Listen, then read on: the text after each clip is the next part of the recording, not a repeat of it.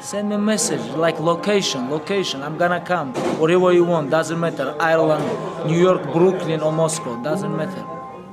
Tell me. Welcome back to MMA Today. If you're new, please hit the subscribe button and also like the video. And our first news story of the day, we got Khabib. Khabib put out a new Instagram post and he wrote, "This is the 47th time since 2015 as I have been tested for doping of USADA. Just think about this number.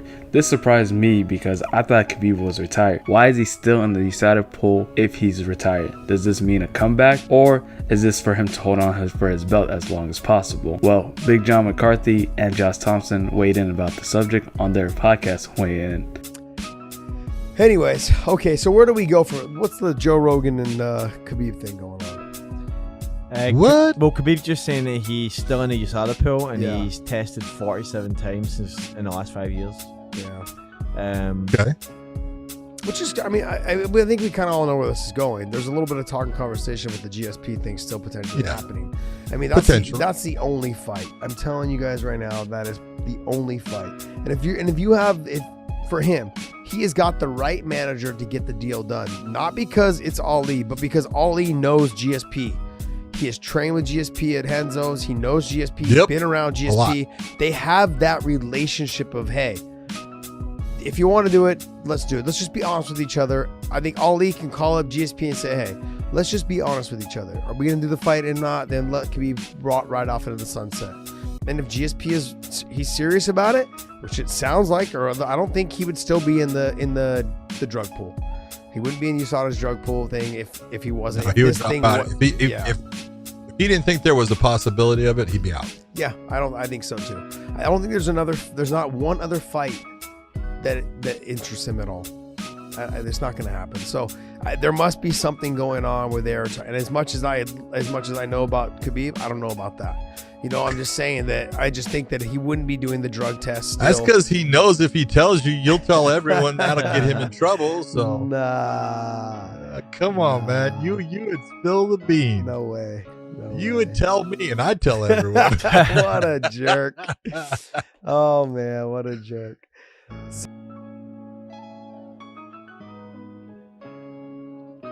Money. I mean, do you in which areas you invest?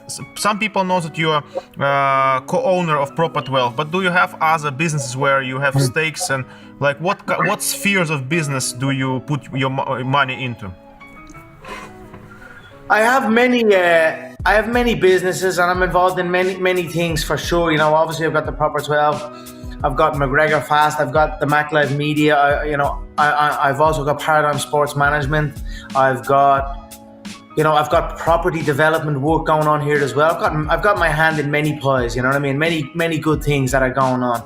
For me, I invest as far as like stocks and bonds and all of this type of thing. I don't engage in any of that. I don't engage. Not that I don't think that that's a bad thing, but and maybe down the line, I don't know. You know, if I've met with these financial advisors and I've listened to them, and you know, it's not really related to me, to be honest, to be putting my money in things that I've no interest in or no passion towards. I just go down and invest in things that I'm passionate about. I've got Claymore Productions also, which is a production company. And we've got big things planned with Netflix regarding my own movies, as well as executive producer of other ventures, and you know, so the production aspect is very good. I've got about 9 or 10, 8 or 9, I'd say. How about technology? Do you have any investments into technology businesses, like I know some websites, media websites, or technology companies? I have my media site, the MacLive. We're actually doing amazing numbers. We're mainly mixed martial arts and fight sports. And we're looking to grow and go into other sports, as well as we do lifestyle and health and these type of things. So it's growing at a nice rate. You know, it's been steady, but the numbers are. You know, we're actually doing better numbers than the promotions that we're actually covering. You know, their releases, we're doing better than them. So you know, we're doing pretty good. We're getting good traffic, and you know, it's growing. So that would be my media side of things, and my electronic side of things, on my technology side of things, but also McGregor Fast. I'm in the closing stages of partnering up with a crowd from the US that had involvements in with Nike. They've done some amazing things with Nike and a crowd called Freeletics. They have an incredible database and infrastructure for online fitness programs. They've had incredible success with it.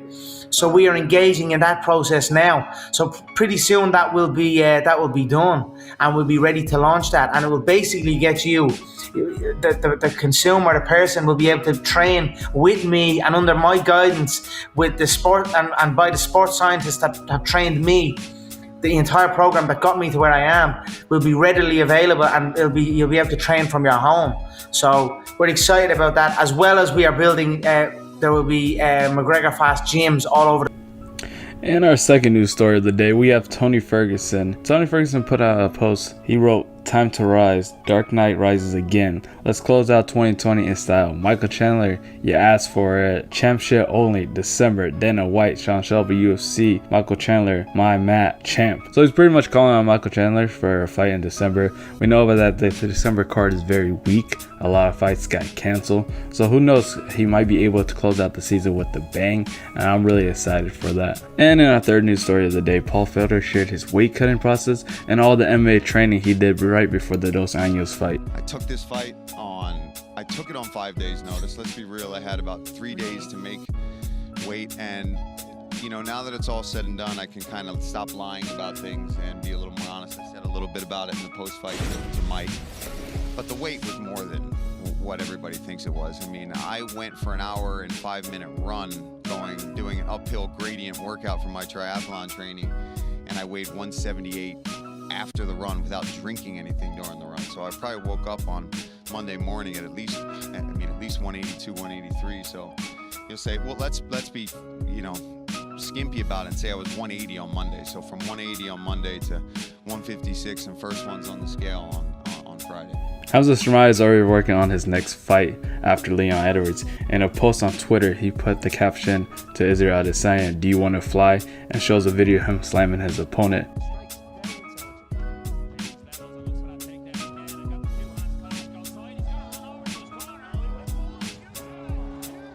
And in his post-fight interview, Rafael Dos Anjos calls out Conor McGregor. At 36 years old, tonight was my 30th UFC appearance. I think if Khabib is really retired, it will lead the division wide open. And if you look to the contenders, I think like only me and Conor, we are the only real champions on that division. Everybody else is all interim champions.